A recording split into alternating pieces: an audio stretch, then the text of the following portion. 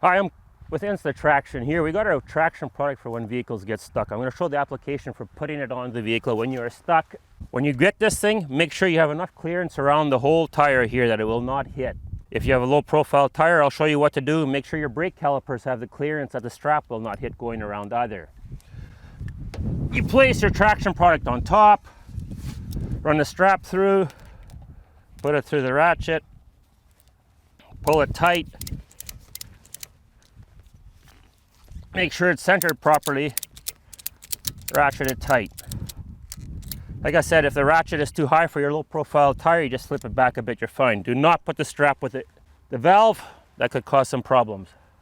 Keep it like this and it'll help you get through. You'll have two in a set.